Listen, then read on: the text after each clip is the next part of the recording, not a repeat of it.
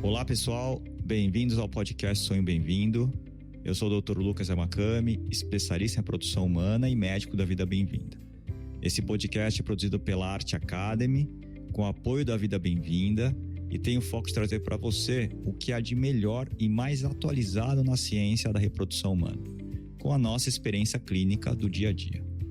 Acreditamos muito na força da boa informação.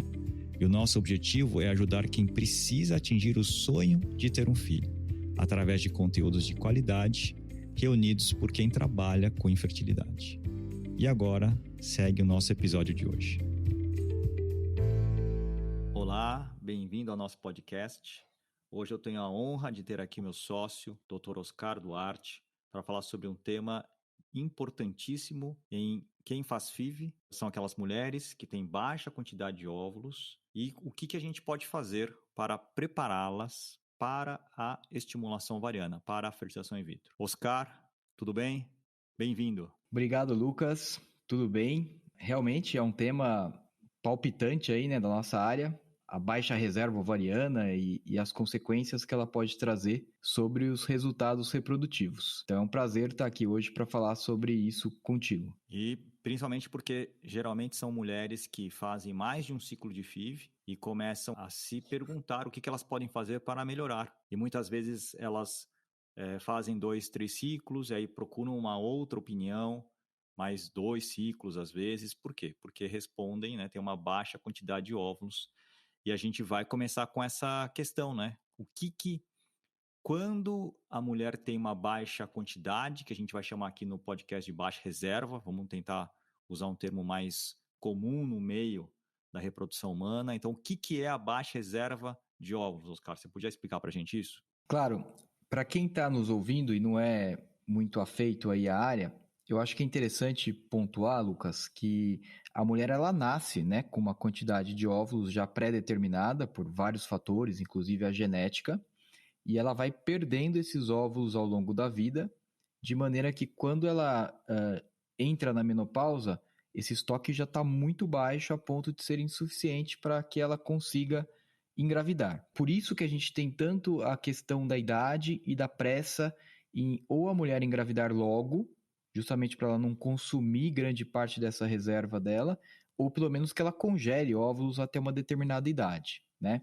E essa determinada idade, claro, vai ter uma variação individual muito grande, mas tem um número ali meio cabalístico, vamos dizer assim, que são os 35 anos, né? Que é o ponto a partir do qual a gente sabe que a reserva quantitativa, ou seja, a quantidade de ovos que ela ainda tem, e a qualitativa começam a cair de maneira muito rápida, porque cai a vida inteira, mas a partir dos 35 é quando tem uma guinada e começa a cair de uma forma muito, muito rápida. E claro, existem as variações individuais e a gente tem que medir isso de alguma forma, né? Então a gente tem aqueles chamados marcadores de reserva ovariana. A gente tem vários marcadores de reserva ovariana. Eu diria que o mais comum, que mais foi usado aí ao longo dos anos na medicina, é um hormônio que chama FSH, que a mulher dosa no sangue, no período do início do ciclo, idealmente aí no segundo ou terceiro dia do ciclo, e que daria para a gente uma ideia de como que está a reserva dela. Esse marcador, embora ele seja aí, talvez o mais antigo e o mais usado ainda, ele não é o marcador ideal, né? Então, a gente que faz reprodução humana, né, Lucas, a gente normalmente não usa o FSH como um marcador de reserva, porque ele tem uma sensibilidade muito baixa. Isso quer dizer o quê? Para a pessoa ficar fácil das pessoas que estão nos escutando entenderem. Ele só vai alterar quando a reserva já está muito baixa. E isso não nos interessa, né? A gente quer fazer um diagnóstico mais precoce aí da redução da reserva ovariana. Então a gente costuma hoje usar 2 marcadores que são mais sensíveis, que são a contagem de folículos antrais, que nada mais é do que um ultrassom que a gente faz por via transvaginal e consegue contar pequenas estruturas nos ovários que se chamam folículos. E um outro marcador que a gente usa bastante é uma dosagem de sangue que se chama hormônio antimileriano, que dá uma ideia para a gente não só daqueles folículos que aparecem no ultrassom e que a gente consegue contar, mas também daqueles folículos muito pequenos que não aparecem no ultrassom. Então, eu diria que o antimileriano dá até uma ideia mais ampla para a gente de como está a reserva ovariana da paciente. Oscar, e eu gosto de sempre comparar a ideia da vitrine e do estoque, né? Então, eu sempre falo assim, quando eu explico sobre o antimileriano e sobre a contagem de folículo antral. Eu explico que a gente não consegue mensurar a quantidade de óvulos que uma mulher tem ainda nos seus ovários naquele momento, porque a gente teria que contar células, a gente não tem essa capacidade por via de ultrassom, por exemplo, de contar quantos óvulos estão lá, quantas células estão ali no ovário. Mas a gente sabe que daquele pool de óvulos que ela tem, uma parte é recrutada a cada mês para se desenvolver. E quando ela é recrutada, ou a gente consegue começar a ver isso pelo ultrassom, que são essas bolinhas que você falou, que são os folículos nos ovários, ou a gente consegue mensurar uma coisa que essas unidades recrutadas produzem, que é o hormônio antimileriano, né? Então você acaba vendo a vitrine e aí você tem ideia de como é que está o estoque. É uma relação direta. Quanto maior a vitrine, maior o estoque. Quanto menor a vitrine, menor o estoque. Ou seja, quanto maior a contagem, maior o estoque que ainda há. E quanto maior o antimileriano, idem, né? E aí eu já trago para você uma outra questão, né? Então, quais são os valores de corte abaixo dos quais a gente tem que ficar preocupado ou, enfim, conversar sobre baixa reserva, Oscar? Se você puder falar para a gente aí do ponto de prático e como é que funciona isso, seria muito legal. Legal. Esse é um ponto muito importante, né? Porque tá bom, a gente sabe que a reserva diminui com a idade, a gente sabe que tem uma variação individual, mas especificamente, para mim, fiz o exame, como é que eu sei se a minha reserva tá boa ou não está, né? Essa é a dúvida, né? Essa é a dúvida. Essa é a dúvida. E aí, eu acho que tem dois enfoques. Então, assim, eu sei que tem muitos ginecologistas que nos escutam e que nos acompanham e que têm essa dúvida também.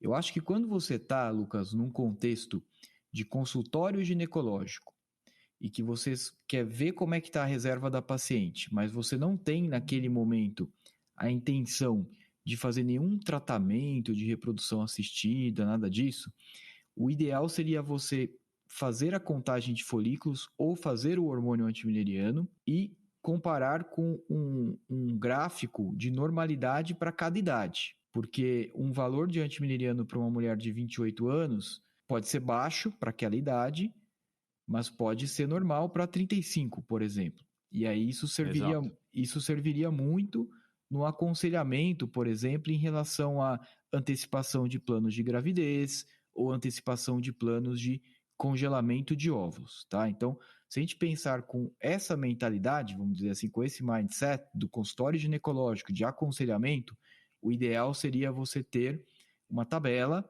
com valores mínimos, médios e máximos para cada idade. No nosso contexto de reprodução assistida, que a gente já vai fazer algum tratamento, interessa para a gente qual o valor de contagem de folículo antral e qual o valor de antimileriano, que aumenta o risco da paciente ter uma baixa resposta quando ela usar os estimuladores da ovulação. Ou seja, a partir de qual valor a gente se preocupa e a gente faz intervenções para tentar conseguir o maior número de óvulos possível e fugir da baixa resposta. E depois a gente pode até conversar sobre quais são os critérios do que é uma baixa resposta. E aí os valores que a gente usa de corte, de contagem de folículos antrais, eles consideram de 5 a 7, então não tem um consenso. Então, se fosse abaixo de 5 ou abaixo de 7, seria uma baixa contagem de folículos antrais, então a baixa reserva e um alto risco de baixa resposta quando for fazer a estimulação da ovulação para fertilização in vitro. Em relação ao antimileriano, o valor de corte ele é entre 0,7 e 1,1. Também não tem um consenso de quanto seria o corte ideal. Eu tendo a ser, vamos dizer assim, mais conservador, ou seja, eu quero fazer mais diagnósticos de potenciais baixas reservas. Então, eu prefiro os cortes de 7 folículos e de antimileriano de 1,1. Eu não sei se você pensa assim também. Concordo, gênero, número e grau, porque A gente, é óbvio, né? A gente vê aqui, a gente sempre vê a história que, olha, nos procurou depois de não dar certo, né? A gente sempre tem uma visão mais daquela pessoa que trata a infertilidade.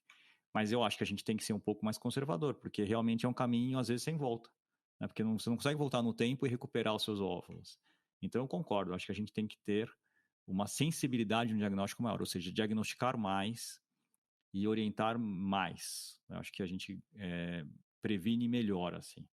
Então, concordo também com seus cutoffs aí, antimileriano em torno de 1 a 1,1 nanogramas por ml e contagem de folículo antral em torno de 7. Eu gosto da regra 10 de contagem e 1 de antimileriano, fica muito didático, foi o que eu usei no meu doutorado, mas realmente se você for pegar os critérios mais recentes, eles falam de 7 ou 1,1 de antimileriano, né?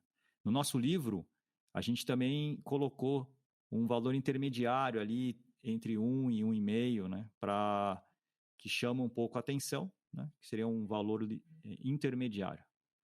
E existem diversas classificações, Oscar. Então a gente está falando sobre os critérios. Existe um critério chamado critério de Bolonha para baixa reserva ou baixa resposta. E aí começa aquelas dúvidas, né? O que é uma baixa reserva de óvulos? O que é a baixa resposta? E se você puder também elucidar essa questão, porque daqui a pouco a gente vai começar já com o gancho da fertilização in vitro, né? Então, o que significa você ter poucos óvulos? O que significa você responder pouco à estimulação? Vamos lá. Então vamos lá. São conceitos que têm uma certa sobreposição, acho que por isso que gera confusão, né? Então, assim, a baixa reserva, como a gente já falou, é ter um estoque de óvulos baixo. Então, é ter antimileriano baixo, é ter contagem de folículos antrais baixa. Isso é baixa reserva. Isso Só reforçando aqui, agora que eu pensei uma coisa, independente, esses valores que você falou são independentes da idade, né, Oscar? É isso que é importante. Independentes da idade. Exatamente. Então, se você pegar, por exemplo, a média do antimileriano ou a média da contagem de folículos antrais para uma mulher de 41, 42 anos, vai ser próximo desses valores aí, ou até um pouco abaixo, né? O que já leva a gente à conclusão de que ter 40 anos ou mais já é por si só um critério aí de baixa reserva, independente do marcador, né? Porque na média daquela idade, a gente já tem um valor abaixo desse corte que a gente falou. Mas voltando... E agora uma coisa que eu falo, assim, às vezes uma paciente de 42 anos fala assim, mas doutor Lucas, aqui tá ter antimileriano de 1 aos 42 anos é normal. Eu falo, sim, é normal, mas você quer engravidar. Então, você não é uma mulher de 42 anos que está preocupada quando você vai entrar na menopausa, se você está com hormônio suficiente ou não. Você é uma mulher de 42 anos que quer engravidar. E por isso que avaliar a sua reserva é importante, né? Nesse cenário. Isso é uma coisa importante também, né? Com certeza. Exatamente. Então, voltando à pergunta que você me fez, do baixa reserva e baixa resposta. Então, baixa reserva é isso que a gente pontuou. A baixa resposta, ela se aplica à fertilização in vitro, tá? Esse conceito é importante. Isso que eu vou falar agora não vale para ciclos de inseminação, nem ciclos de relação sexual programada. Vale para fertilização in vitro. E vale para pacientes que estão fazendo fertilização in vitro usando doses convencionais de drogas para estimulação da ovulação. Por quê? Porque existem modalidades de fertilização in vitro que são feitas sem remédio, que a gente chama de ciclo natural, ou com medicamentos que têm, vamos dizer assim, uma baixa potência indutora da ovulação. Por exemplo, citrato de clomifeno, letrozol, ou mesmo medicamentos injetáveis em doses baixas. O que a gente chama de dose baixa? 150 para baixo, tá? Então, se a paciente estiver usando isso, é esperado que ela tenha uma baixa resposta, que ela tenha poucos óvulos. Então, isso não conta. Então, a gente conta como uma baixa resposta na fertilização in vitro quando a paciente toma uma dose convencional de medicação, ou seja, mais do que 150 unidades de FSH ou de HMG, que é o FSH misturado com LH, por dia, tá? Então, ela tem que estar tomando uma dose razoável de remédio. E mesmo tomando essa dose razoável de remédio, ela tem menos do que 4 óvulos maduros recuperados, então vai lá fazer a coleta de óvulos e tem menos de 4 óvulos, ou ela tem o ciclo cancelado porque respondeu mal, ou seja, nem para a coleta de óvulos ela conseguiu ir. O médico já no meio do ciclo percebeu, ou pelo ultrassom ou por dosagens hormonais, que a chance de recuperar óvulo era tão baixa que era melhor interromper o tratamento e não fazer a coleta. Então, isso é a definição de um ciclo com baixa resposta, né? Fala, Perfeito, pode falar. perfeito. Não, é exatamente isso. Então, baixa reserva é ter poucos. Baixa resposta é responder pouco a uma estimulação. Geralmente, porque tem pouco, mas nem sempre. Concorda com essa questão? Concordo. E claro, assim, a gente tem essa definição de baixa resposta, mas a gente não fica muito satisfeito com ela, porque para chegar nessa conclusão de baixa resposta, a gente precisa fazer o ciclo e ter a baixa resposta, né? Então, criou-se aí uma modalidade de uma predição de baixa resposta, ou seja, a paciente nem fez o ciclo ainda, Lucas, mas eu já vou chamá-la de má respondedora sem ter tomado o Exato. remédio. Então ela nem teve a resposta ainda e eu já chamo de má respondedora. Uma má respondedora predita, né? Eu estou predizendo que ela vai ser. Ela nem fez o tratamento ainda. E aí a gente usa alguns dos critérios que a gente já pontuou de baixa reserva, né?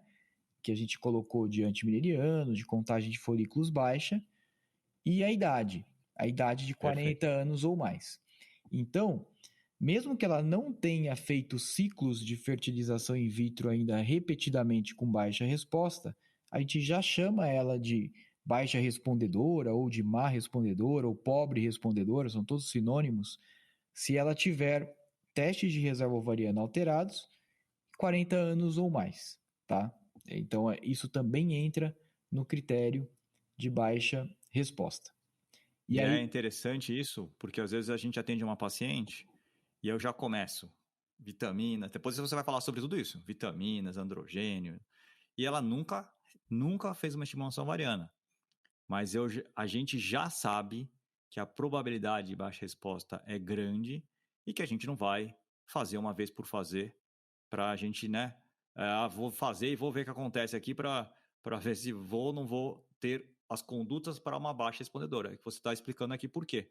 Porque você já fez toda uma avaliação, você já entendeu que ela tem uma chance alta e já alinhou isso, obviamente, com eles e vai tomar as medidas que são importantes para serem tomadas. Eu acho que é isso que você estava falando, né? exatamente, que é você tentar fazer a predição da baixa resposta, né? Sem que ela tenha ocorrido ainda. Isso que é o mais interessante, né? Porque aí você já faz as intervenções. E aí você questionou uma Agora, coisa, você fez uma observação que é interessante pontuar, né? Que embora a baixa reserva e a baixa resposta estejam de mãos dadas aí, nem toda paciente que vai ter baixa resposta tem baixa reserva. Então a gente vai ter pacientes jovens com reserva ovariana normal e que eventualmente podem ter uma baixa resposta mesmo tomando doses altas de medicamento, e a gente vai ter que tentar entender por que isso aconteceu com ela. e aí tem um franco brasileiro, o Faquin, que eu gosto muito das coisas que ele fala. Ele fala assim: esta paciente, na verdade, que é a verdadeira pobre respondedora, porque ela tem muitos óvulos, só que ela não responde à estimulação. Né? Enquanto que aquela paciente que tem um óvulo e tem um óvulo que responde, ela, na verdade, foi uma respondedora normal dentro de uma baixa reserva. É uma questão dele ali que ele gosta. Você conhece bem o Faquin, né? É uma questão semântica, né? Que ele Ele gosta adora essas questões de semânticas. é o Mas no forte, né? Ele final, chama de ele forte, né? Que é a exatamente, é o taxa de fólico saída de output. folículo. É isso aí. Ele adora isso. Ele gosta. Agora, no final das contas, o que o Faquin fala, apesar de ser bonito, não tem grande importância. E aí que a gente vai fazer o link com a fertilização in vitro, porque a gente falou aqui, ó. A gente falou sobre o que é ter poucos óvulos, baixa reserva. A gente falou o que é responder mal à estimulação, que geralmente é aquela mulher que tem poucos óvulos. A gente podia pensar assim, né? Acho que a gente podia, inclusive, nesse podcast, focar nessa situação. Né? A mulher que tem poucos óvulos e que responde mal à estimulação. E aí a gente tem a fertilização in vitro. E as pessoas falam assim, espera um pouquinho, doutor Lucas, me dá um remédio para eu responder melhor, dá um remédio para que aí a gente vai ter um monte. A fertilização in vitro não faz isso, estimulação? Então eu queria que você esclarecesse duas dúvidas aqui, Oscar. Uma é possível dar remédio, não dar remédio? Talvez seja a dúvida anterior a essa, por que a gente fica preocupado, ou por que a gente fica falando, vai responder com menos óvulos? Isto é uma questão para a fertilização in vitro. Queria que você esclarecesse isso para a gente. Então, vou começar pela segunda. A fertilização in vitro, a reprodução humana em geral, né, é um processo muito ineficiente, Lucas. Muito ineficiente. Então, a gente tem lá aquele número de folículos iniciais. Por exemplo, vamos pegar o exemplo que a gente deu, 7 folículos, que seria um limite aí já para chamar de baixa reserva. A paciente que começa com 7 folículos, se ela não tomar medicação nenhuma para estimular a ovulação, ela vai terminar com 1. Então, a gente usa a medicação, normalmente para uma paciente com 7 folículos, a gente usa altas doses de gonadotrofinas, que são os remédios que a gente usa para estimular, e essa alta dose 300, 375, 450, não tem muito consenso de qual seria a dose máxima a ser usada, né? Habitualmente a gente usa por volta de 300 unidades por dia. E aí a gente vai conseguir fazer uma parte desses 7 folículos crescerem. Então é um funil. Então de 7 folículos iniciais, sei lá, vão crescer 5. Desses 5 folículos que crescem, vão ser recuperados 4 óvulos. Desses 4 óvulos recuperados, vão ter 3 maduros. E aí dos 3 maduros, 2 vão fertilizar e 1 vai formar embrião. Então veja que é um funil que a gente sai às vezes de 7 óvulos para terminar em 1 embrião. E quando a gente termina com 1 embrião, ou com poucos embriões, a gente tem 2 perdas. A primeira é que a gente perde a capacidade de fazer uma boa seleção embrionária. Porque se eu tenho vários embriões, eu vou ter alguns embriões nota 10, outros embriões nota 8, outros nota 6, outros nota 4. E aí eu vou começar a usar pelos nota 10, depois os 8, e eu vou ter mais chance de gravidez. A segunda perda que você tem ao ter poucos embriões, além dessa não seleção embrionária que você não consegue fazer, é que você não fica com embriões sobressalentes em número suficiente congelados para você tentar outras vezes a gravidez. Então você perde chance de gravidez cumulativa, que a gente chama. Porque pensa que num ciclo de fertilização in vitro, quando eu recuperar os óvulos, eu posso conseguir eventualmente, se eu tiver uma boa resposta, formar um número de embriões suficiente para tentar 3, 4 vezes a gravidez. Então, às vezes, com um ciclo, a paciente não só consegue ter o primeiro filho, como consegue ter o segundo, né? E se ela tem uma baixa resposta, ela perde esse benefício também da gravidez cumulativa. Então, acho que esses são os 2 grandes problemas de ter uma baixa resposta. Ter pouco embrião para selecionar um bom para conseguir a gravidez e ter pouco embrião para ter embriões guardados e aumentar a chance de gravidez acumulada. E hoje na medicina reprodutiva 2021, acho que a gente vive nesse mundo, se você chegar naquele cenário que você falou, vamos lá, tem 7 óvulos, 7 folículos, 5 óvulos, no final das contas a gente vai terminar com um embrião em 5º dia, um blastocisto que a gente chama. Se ela tiver 39 anos de idade, a gente biopsiar esse embrião tem 50% de chance de ser um embrião euploide, que a gente fala, um embrião normal, um embrião que pode ser transferido. E se ele for euploide, ele tem 60% de chance de gravidez. Então, cada embrião que você formou ali vai ter 30% de gravidez no final das contas. E aí que começa, né? Se você tiver 5 embriões, você tem uma chance. Se você tiver 1 embrião, é 30%. Né, Oscar? Então, acho que essa questão numérica, ela fica muito clara. Então, acho que a sua resposta foi claríssima. Por que a quantidade de óvulos vai influenciar no resultado da fertilização in vitro? Você foi perfeito por causa do funil da FIV, por causa dessa questão da gente ter menos embriões e por causa disso uma chance de gravidez menor ali na frente. E aí faltou a segunda, mas tudo bem, estão sofrendo aí. Mas você me falou que ela tem um estoque, desse estoque cada mês tem 5, 7, 8, 4, mas ela tem um estoque, não tem? Então dá um remédio aí, vamos ter mais. E aí que vem o segundo limite, né? Oscar. Por isso que a gente está aqui conversando nesse podcast, quais são as estratégias. Vamos lá, deixo com você esse gancho aí. Exatamente. Então, assim, dou um remédio, ok. O remédio primeiro que a gente dá é a gonotrofina, né? O FSH, que é o hormônio folículo estimulante, porque com ele eu vou conseguir fazer crescer o maior número de folículos possível.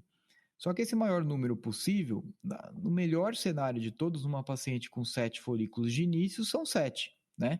Então ela não vai conseguir, se eu não fizer nenhuma outra intervenção, além de dar a gonotrofina, passar desse teto, né? E aí eu já gostaria de entrar numa primeira intervenção que a gente pode fazer, que tem a ver justamente com essa medicação, com a estimulação, que é fazer várias estimulações, Lucas. Então, legal. Ok, você me falou que se eu tenho 7 folículos, num cenário perfeito, eu vou ter 7 óvulos. Sim, mas 7 óvulos para minha idade, nesse exemplo que você deu da chance de embrião euploide, é pouco. 40 anos, 42 anos, quantos óvulos a gente precisa para ter embriões euploides? É mais do que 7, certamente. Então, uma estratégia bem óbvia é fazer mais de uma estimulação, né? Então, eu faço uma estimulação, coleto 7, que seja, faço outra estimulação, e aí a gente hoje tem preferido fazer estimulações sequenciais, com intervalos muito pequenos, né? Intervalos de 3 dias, de 5 dias, entre uma e outra, entre o final de uma, a coleta de óvulos da primeira e o início da segunda, que é o chamado DuSTIM, né? Que esse nome ficou bem famoso aí no nosso meio, porque parece trazer algum benefício fazer sequencial. O efeito de ter estimulado a primeira vez parece respingar ali na segunda estimulação e a gente conseguir mais folículos e mais óvulos na segunda. E aí você soma, né? Então você pode fazer 2, 3, 4 estimulações, quantas forem necessárias para chegar no número de óvulos que você planejou chegar. Então a gente tem como fazer um cálculo, né, inicial, baseado na idade da paciente, de quantos óvulos a gente almeja ter, e a gente faz várias estimulações sequenciais para chegar lá. Então acho que essa seria a primeira estratégia e mais óbvia, assim, para conseguir ter mais óvulos. Exatamente. Aí a gente, então, passeou já pelo conceito da reserva e agora a gente está entrando já na questão de por que é importante, a gente já falou, na verdade, por que é importante ter óvulos ou ter o maior número de óvulos possível. E agora a gente quer saber, aí a gente está nesse conceito de quais são os limites. Só para arrematar o que você falou, Oscar, quando a gente fala em 7 folículos, a gente está imaginando folículos ali entre 3 a 8 milímetros. Vamos lá, pensando nos principais. Eu gosto muito de folículo de 5,5, 4,5, mas 3 a 8 milímetros. Esse folículo já está se desenvolvendo no ovário há uns 100 dias, talvez um pouco menos, mas ele está ali já no seu desenvolvimento há mais do que 2 meses. Então, quando a gente dá o remédio, que é a injeção, a famosa injeção, ou as famosas injeções, elas vão atuar só nesses folículos, que já estão ali, que a gente já vê, ou se a gente não estiver vendo, eles estão ali já. Então, essa é a questão. Você, então, dá essa injeção, mas essa injeção vai atuar nos que você já tem. E aí, talvez seja, o Oscar falou sobre fazer mais estimulações, que é uma estratégia da estimulação, que é importantíssima. Mas o podcast talvez comece aqui, porque a gente vai falar assim, qual que é a questão do podcast? Como preparar, então, os ovários? Então, Oscar, será que a gente pode tentar, em vez de ter 7, ter 9? Ou ter 10? E existe alguma... Quais são as estratégias? Vamos lá. A gente fala muito hoje está muito na moda a questão de alimentação, vida, etc. Existe alguma coisa que a gente pode fazer para a gente aumentar o número de óvulos ali? Existem, Lucas. Esse é um dos grandes objetivos que a gente tem. Por mais que a gente faça 2, 3, 4 estimulações, poxa, a gente quer ter o maior número possível de óvulos por estimulação. Então, uma estratégia que a gente usa antes de começar as estimulações é tentar fazer algumas intervenções, por exemplo, em estilo de vida da paciente. Então, embora a gente tenha pouco dado de literatura sobre isso, porque é difícil fazer esse tipo de estudo, né? Fazer estudo com atividade física, com alimentação, qualidade de sono, é muito complicado você controlar essas variáveis num estudo científico para entender qual que é o real impacto de cada uma delas. Mas a gente recomenda sempre que as pacientes tentem fazer isso nos meses que antecedem o tratamento de reprodução assistida. Então, tentar se manter dentro de um peso adequado. A gente sabe que a resposta à medicação tem muito a ver com o peso da paciente. Então, se ela consegue não estar, por exemplo, no sobrepeso ou na obesidade, ela pode ter melhores resultados. Uma alimentação à base de alimentos pouco processados, evitar os industrializados, que a gente sabe que são alimentos que acabam tendo um potencial de oxidação muito maior. Então, tentar fazer uma dieta mais anti-inflamatória, mais antioxidante, sempre vai ajudar, né? E atividade física, né? Atividade física eu acho que é essencial, não só para manter a saúde do corpo, mas também para ajudar no controle de estresse, de ansiedade, né? A gente sabe que o tratamento é muito desgastante emocionalmente. Então, se a paciente tem algumas válvulas de escape, o exercício físico é uma ótima válvula durante o tratamento, a gente sabe que isso vai ser muito benéfico, né? Falando especificamente de intervenções medicamentosas, tem uma coisa... Posso só fazer um adendo aí? Claro. Porque eu tenho, por exemplo, tenho pacientes que são maratonistas. Eu falo para elas, não, mas maratona não dá. Ironman, maratona, aí já vai para o outro polo, né? Os caras da inflamação, o polo de desgaste do corpo.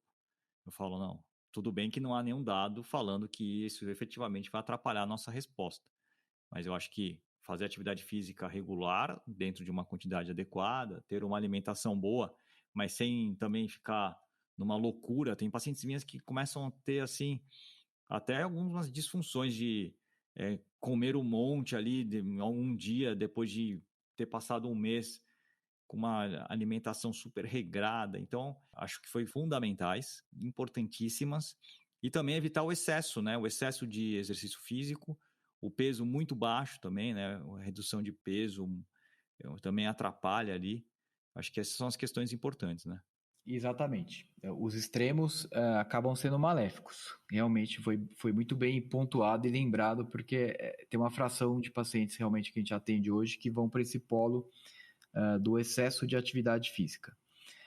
Mas voltando às intervenções medicamentosas que a gente estava falando, uma coisa muito interessante que se observou é que tem um polo extremamente oposto a esse que a gente está falando, de pacientes de baixa reserva e baixa resposta, que são as pacientes com alta resposta, as pacientes com síndrome de ovário policístico, né?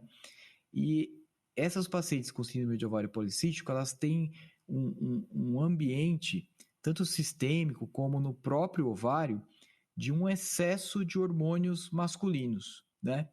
Então, o que se pensou, falou, poxa, as pacientes com ovário policístico, elas têm muita testosterona, tem muito DHEA, tem muito hormônio masculino circulante. E elas respondem muito bem à medicação normalmente, né, Lucas? O paciente com ovário policístico... Tem um monte de folículo. Essa é a característica delas, né? Exatamente, é uma característica do ovário policístico, tem um monte de folículo e geralmente um monte de óvulo, né?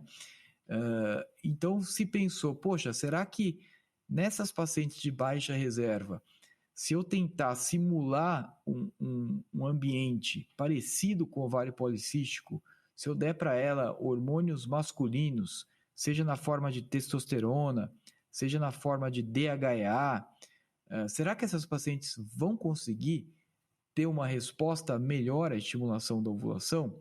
E o que muitos estudos mostram é que sim, né? Se a gente fizer uma suplementação com esses androgênios, com esses hormônios masculinos, nas semanas que antecedem a fertilização in vitro, a estimulação da ovulação, e aí vai ter uma infinidade de protocolos com doses e durações diferentes, que eu não sei também se faz sentido a gente ficar detalhando cada um deles aqui, mas talvez seja mais importante passar a ideia que usar androgênios por algumas semanas antes de começar a estimulação tem um efeito possivelmente benéfico em aumentar a quantidade de folículos que aparecem no ovário no momento em que você vai começar a estimulação, e com isso você conseguiria alargar ali a boca do nosso funil, né? Que a gente quer que ele seja o mais largo possível. Os androgênios, então, são uma forma de fazer esse alargamento. Bem legal, né? Porque a gente sempre ficou naquela dúvida, o que nasceu primeiro, o ovo ou a galinha? Será que os ovários com muitos folículos que produzem muita testosterona e androgênios de maneira geral, e isso acaba gerando um ciclo de mais folículo ainda? Ou será que primeiro acontece a produção aumentada de androgênios e aí isso acaba gerando um monte de folículos e disfunções na ovulação, e aí esse ciclo se perpetua? Mas de qualquer maneira, independente de onde começa o processo, no meio do processo está ali o androgênio. É justamente que a gente notou que tem resposta. Pelo menos os trabalhos, as meta-análises têm mostrado isso. Existem trabalhos que não mostraram melhora de resposta com testosterona, por exemplo, mas a meta-análises tem mostrado isso de maneira consistente, né, Oscar? Exatamente. Então, eu diria que, assim, das intervenções que a gente faz hoje, antes de começar o ciclo, intervenções medicamentosas, né, que tem resultados mais consistentes, é realmente o uso dos androgênios, né, do DHA e da testosterona. Acho que você podia falar, assim, um pouquinho sobre, só assim, sobre um pouco sobre o uso da testo ou DHA, o que você prefere, só para, assim, não precisa, né, aprofundar, obviamente, mas para dar uma ideia aqui no podcast. Legal. Eu, pessoalmente, eu prefiro a testosterona. Normalmente, a gente usa a testosterona em base gel, né, transdérmica. Eu costumo fazer por 30 a 60 dias antes de começar a estimulação. Então, normalmente, como eu faço? Eu peço para ela usar 30 dias, aí eu faço uma primeira reavaliação, vejo se está tendo resposta, né? Vejo como é que está o perfil aí de efeitos colaterais, se o paciente está tolerando bem. Se tiver uma boa resposta, eu mantenho por mais 30 dias, faço uma nova contagem de folículos e aí eu começo a estimulação. Eu nunca excedo 60 dias. Eu já usei DHA algumas vezes.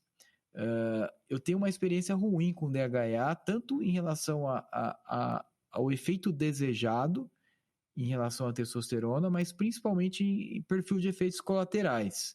Os pacientes reclamam muito de oleosidade na pele, que começa a dar muita espinha, quando chega ali próximo de 30, 40 dias de uso.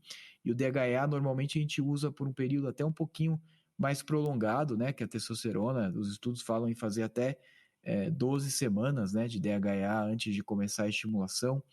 Então eu realmente não tive boas experiências nas poucas vezes que eu tentei usar. Mas eu sei que tem vários grupos aí no mundo que usam e que tem bons resultados. A gente tem um pouco a limitação do DHA também aqui no Brasil de não ter, né, no mercado para comprar. A Testo a gente acaba mandando manipular, porque também agora não tem mais em farmácias normais, mas aí tem que importar o DHA, já gera uma complicação também, né? O DHA que nos Estados Unidos é over the counter, ou seja, você pode comprar sem receita como uma vitamina. Interessante isso, né? E que é muito defendido aí pelo grupo do CRH, o Center for Human Reproduction de Nova York, do Barad e do Norbert Gleicher. E eles falaram num congresso uma vez, eu lembro bem, acho que era o Barad que a gente escutou, falando que em Nova York é obrigatório você fazer inseminação antes da FIV, para o convênio cobrir a FIV. Então, a paciente chegava com ele já começava com o DHA para fazer esses 3 meses que você está falando aí, Oscar, para depois, enquanto faz as inseminações, vai fazendo o DHA, e aí quando ela começa a FIV, ela já tem um ovário com mais folículos. Mas eu também não tenho uma percepção tão positiva assim do DHA. Acho que é o grupo que mais defende é o deles, mas a gente vê mais realmente hoje no mundo e mais trabalhos com os da testosterona transdérmica. Então, em relação ao androgênio, acho que você realmente falou tudo, né? Acho que não tem mais o que dizer. Além do androgênio, Oscar, você tem... Vamos lá, porque você falou sobre atividade física e você falou sobre estilo de alimentação, você falou muito bem sobre a questão de alimentação, atividade física. E agora fica uma questão aí que entre isso e o androgênio teriam também as vitaminas, suplementos. Você vê espaço para algum tipo de vitamina, suplemento específico para a mulher que tem baixa quantidade de óvulos ou não? Vejo, assim, a baixa reserva normalmente ela acontece nas pacientes com mais do que 35 anos, né, Lucas? E a gente sabe que a idade é um dos fatores que acaba levando ao acúmulo de radicais livres de oxigênio, né? É um dos mecanismos do envelhecimento mesmo, né? Que é o acúmulo desses radicais livres de oxigênio que é um excesso de oxidação, vamos dizer assim, para ficar simples de entender. E isso vai acabar prejudicando não só a quantidade de folículos e de ovos, mas principalmente a qualidade, né? Então, se a gente faz intervenções no sentido de diminuir essa oxidação, ou seja, usar antioxidantes, a gente pode ter resultados positivos para essas pacientes. Então, assim, os antioxidantes mais potentes que a gente tem para uso na prática clínica, eu citaria dois: a coenzima Q10 é um dos antioxidantes que a gente usa bastante, né? A coenzima Q10 é uma coenzima que está presente na mitocôndria. A mitocôndria é aquela partezinha da célula responsável pela produção de energia, e a gente sabe que uma das coisas que o óvulo mais precisa nos primeiros dias ali de pós-fertilização para desenvolver o embrião e desenvolver o blastocisto é energia. Tanto é que uma das formas que a gente avalia a qualidade embrionária é a avaliação das mitocôndrias, né? Tentar entender como é que está a eficiência energética do embrião, do blastocisto. Então a gente sabe que tem uma relação muito íntima de mitocôndria, produção de energia e qualidade de óvulo, qualidade de embrião. Então faz muito sentido usar a coenzima Q10 nessas pacientes de baixa reserva, principalmente nas pacientes mais velhas, nas pacientes acima de 35 anos. E a melatonina, que talvez de todos os antioxidantes seja o mais potente de todos, né? Então a gente não usa com aquela intenção de melhorar o sono ou de tratar jet lag, que são as indicações clássicas aí da melatonina.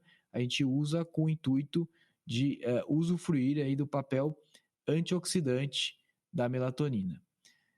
Em relação a vitaminas e suplementos, claro, tem várias outras antioxidantes, várias outras vitaminas, mas eu destacaria essas duas. Eu não sei se você pensa em alguma outra que seja bem específica para esse grupo de baixa reserva e baixa resposta, Lucas. Não, eu gosto muito das duas.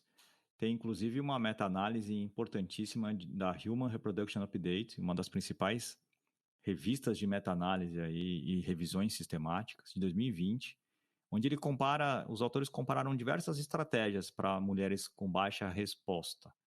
E, por incrível que pareça, o uso da coenzima Q10 foi uma das melhores. Interessante isso, né? A gente fica, às vezes a gente menospreza, mas toma essa vitamina, mas o uso da coenzima Q10 foi uma das mais importantes, junto com, aí eu vou te fazer essa última pergunta, a gente está quase no final, junto com o GH, hormônio do crescimento. Então essa seria uma estratégia que eu gostaria que você conversasse um pouquinho sobre. O GH é outra medicação que a gente usa, vamos dizer assim, off-label, né? Se você pegar a bula do GH, do hormônio do crescimento, lá não tem nenhuma referência ao seu uso na reprodução humana. Até por isso a gente tem muita dificuldade em ter estudos com GH, né? Porque existe uma resistência aí das farmacêuticas que produzem a medicação em fornecer o medicamento para esses estudos. Então, normalmente são estudos independentes, são estudos com número de pacientes menor, mas os resultados parecem promissores, né? No aumento da quantidade de óvulos e também na melhora da qualidade de óvulos e embriões. Então, teria esse duplo papel, o GH, né? Melhorar a quantidade e melhorar a qualidade. Aí, assim, doses e protocolos, assim como os hormônios masculinos, tem uma grande variedade aí, tem estudos com diferentes formas de usar o GH. A forma que eu acho que faz mais sentido é usar antes da estimulação e durante, então começar aí de 6 a 12 semanas antes da estimulação. A gente usa doses aí mais baixas, né, para poder usar por um tempo mais prolongado e mantém o GH durante toda a estimulação. O GH, para quem não sabe, é uma medicação injetável, né? Então tem essa parte chata aí do tratamento, de ter que ficar aplicando por um longo período a medicação injetável subcutânea, mas eu uso bastante nesse grupo de pacientes, gosto.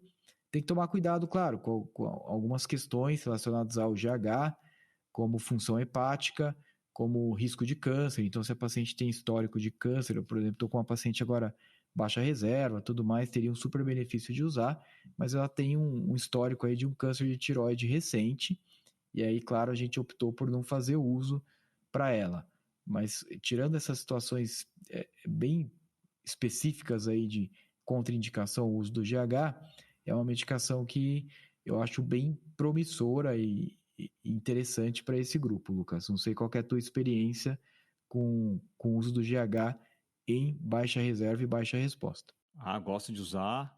Agora eu gosto de usar um pouco mais durante a estimulação. Eu gosto de usar uma dose mais alta na estimulação.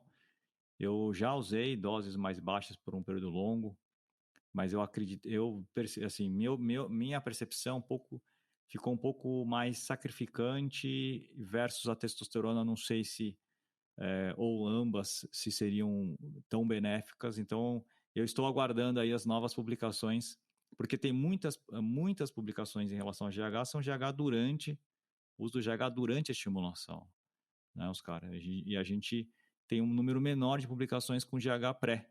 Parece que já existe um trial rodando. Vamos esperar o resultado aí para...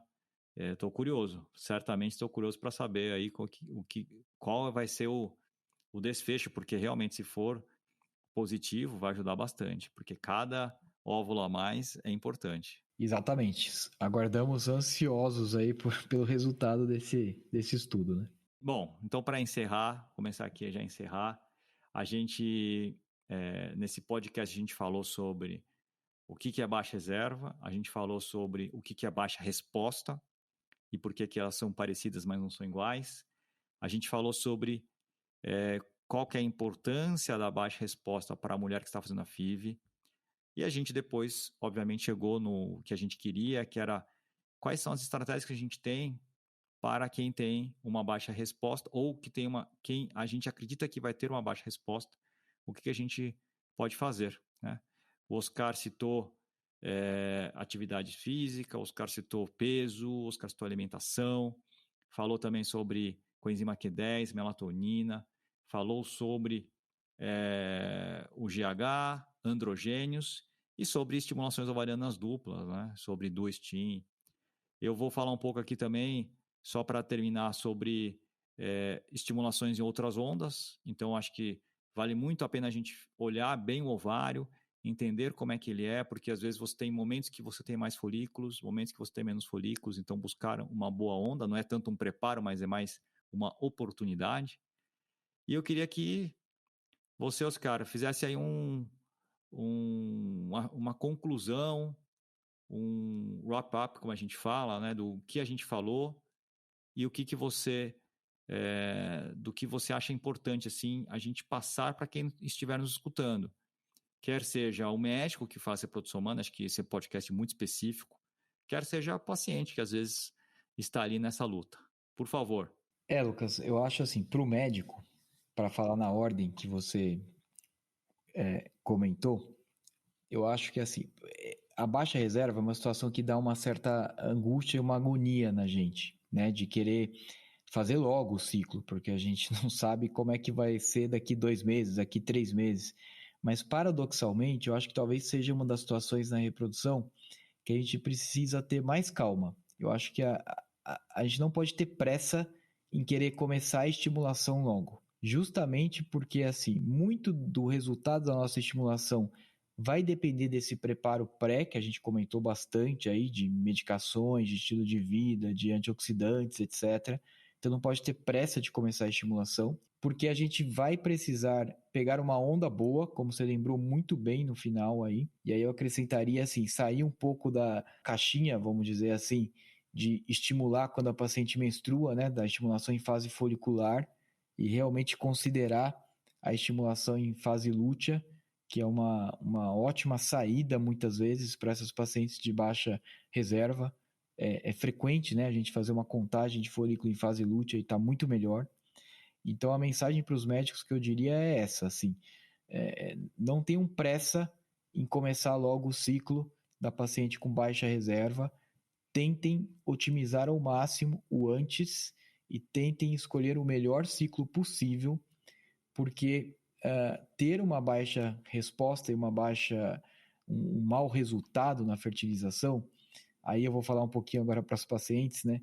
É muito frustrante e emocionalmente é muito desgastante.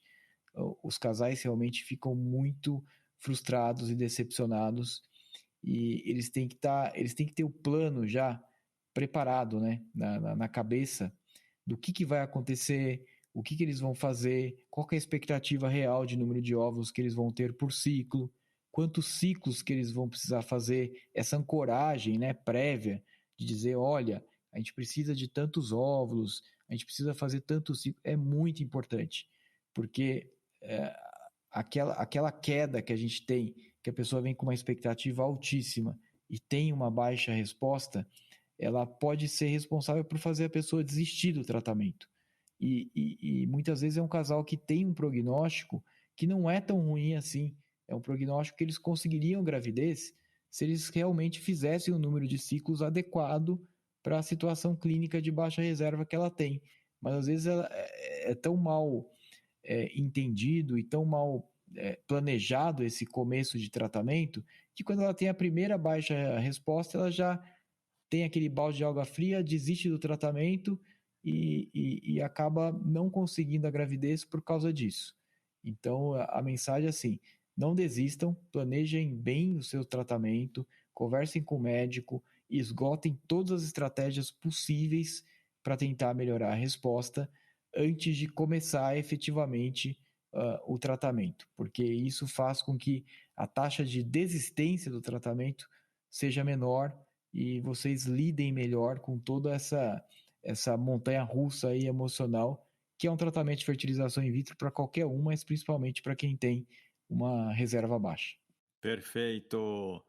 Muito legal. Acho que foi um podcast denso, um podcast com muita informação, um podcast sobre um assunto que é duro em reprodução humana para todo mundo que vive, principalmente para o casal, para a mulher que vivencia isso. Queria agradecer, Oscar, a sua participação. Até a próxima aí. Eu que agradeço a oportunidade de participar. Muito obrigado aí pelo bate-papo, foi muito legal. E até a próxima, Lucas. Grande abraço. Abraço. Tchau, tchau.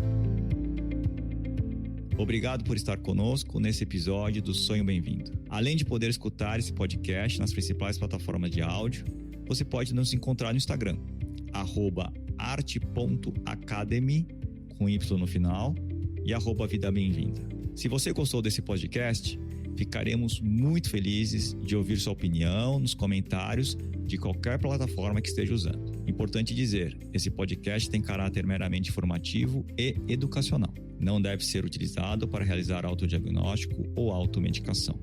O conteúdo não é feito para substituir a consulta com um profissional de saúde. Em caso de dúvida, consulte o seu médico. Somente ele está habilitado a praticar o ato médico conforme a recomendação do Conselho Federal de Medicina. Nenhuma relação médico-paciente estabelecida aqui nesse canal. E somos muito transparentes em relação aos conflitos de interesse e levamos isso a sério. Espero que tenham gostado e até a próxima.